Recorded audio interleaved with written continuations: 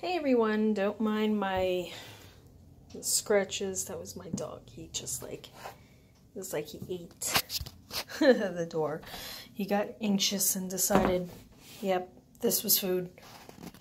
So this video is going to be about some hygienic things that you could probably do so you don't have to constantly clean your house. And to be honest, this is probably for my gamer people. Anyways, so, but this can be for anybody. I'm just targeting gamers myself. Now I remember about, I gotta clean that. Now I remember about, I'd say 4-ish years ago, 5 years ago. Actually, you know, it was definitely before my daughter. That all I really wanted to do was play games. And the thing is that if I kept doing certain things, like small things, it wasn't like huge things, and the things that I would do, the big things I could have done like in between, because I played Final Fantasy. So for example, let's say I was hunting a notorious monster. It's like it could be hours, and then there's a short window where you have to sit there. It could be 30 seconds to a minute where you have to sit there and just focus on the screen. And then 30 minutes rolls by and you're just like, okay, you're still sitting there. Why? Why would you just sit there and look at the screen or just do absolutely nothing? So these are the little things that you could probably do, and some of the big things that you could probably do. And you can actually incorporate this whole thing in a dating ritual. So let's do it. So the only thing that I actually let into my house when it comes down to sneakers or any type of thing, the sneakers don't come into the house. They just don't. Because if you actually see what is on the sneaker when you're walking around outside, I mean, you wouldn't take off your sneakers and just walk on the disgusting pavement. I mean, dogs have peed on there, cats have peed on there, anything has pooped on there. You know, it's just, it's not good. All sorts of bacteria is on your sneaker.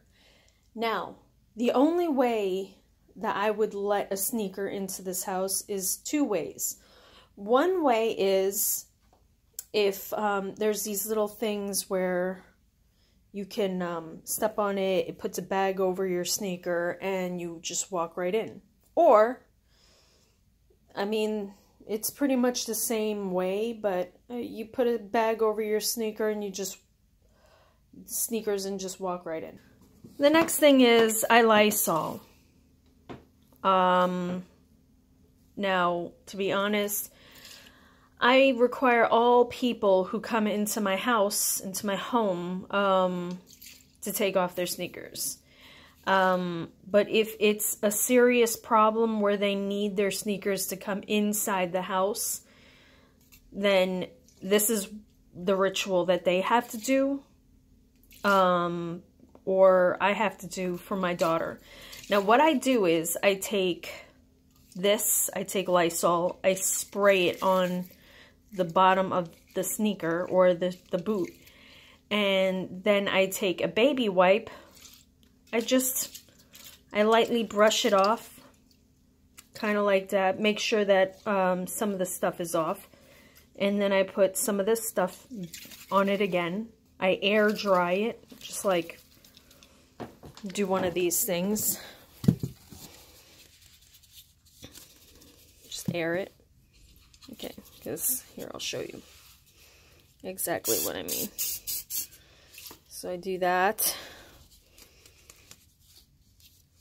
I air dry it.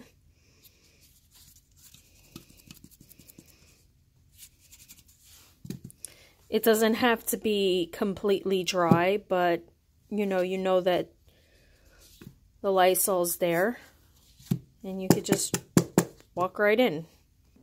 Places like certain places overseas does the same thing, and to be honest, like I said, if you look up how much bacteria can be on your sneakers, it's alarming.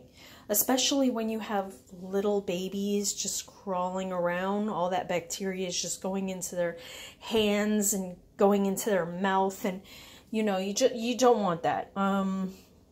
But for people like me who didn't have kids back in the day who was playing their games, guess what? It eliminates as much mopping, as much vacuuming as you have to do. So, just to keep yourself sort of in order, where you don't have to do a whole lot. Like, I bleach my floor once a week.